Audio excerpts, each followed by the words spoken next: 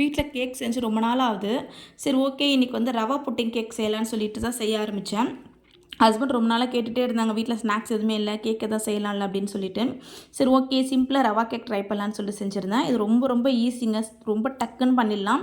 நீங்க வந்து powder sugar இருந்தா எடுத்துக்கோங்க. இல்லைனா சுகர்ல கொஞ்சமா ஏலக்காய் போட்டு நல்லா வந்து பவுடர் பண்ணி எடுத்து வச்சுக்கலாம். ஒரு மெஷர்மென்ட் கப்பு வீட்ல இருக்க கப் எடுத்துக்கோங்க. அந்த கப்ல வந்து ஒரு 1/4 கப் போல தயிர், புளிக்காத தயிர் போட்டுக்கலாம். அதே மாரி வந்து 1 1/4 கப் வந்து நான் சுகர் எடுத்திருக்கேன். அதுவும் போட்டுக்கோங்க. அதுக்கப்புறம் கொஞ்சமாக ஆயில் போட்டுக்கோங்க. மெயின் இன்க்ரீடியன்ட் வந்து நமக்கு ரவை தான். ரவை வந்து நான் 2 கப் எடுத்திருக்கேன். அதுக்கப்புறம் கொஞ்சமாக பால் ஊற்றி நல்லா மிக்ஸ் பண்ணி ஒரு 1/2 மணி நேரத்துக்கு மூடி போட்டு ஊற வச்சுருங்க. 1/2 மணி நேரம் கழித்து வந்து கொஞ்சமாக ஒரு பிஞ்சு சால்ட்டு, பேக்கிங் சோடா, ஒரு 1/4 கப் போல் மைதா போட்டு நல்லா மிக்ஸ் பண்ணிக்கோங்க. நான் வந்து குக்கரில் தான் செய்ய போகிறேன். குக்கரை வந்து ஃபஸ்ட்டு ப்ரீஹீட் பண்ண வச்சுக்கோங்க.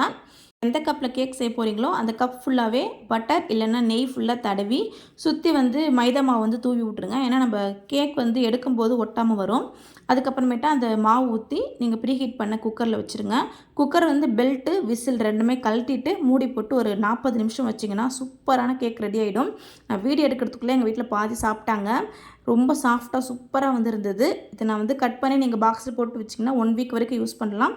ட்ரை பண்ணிவிட்டு எப்படி இருக்குன்னு சொல்லி கமெண்ட் பண்ணுங்கள். பாய்.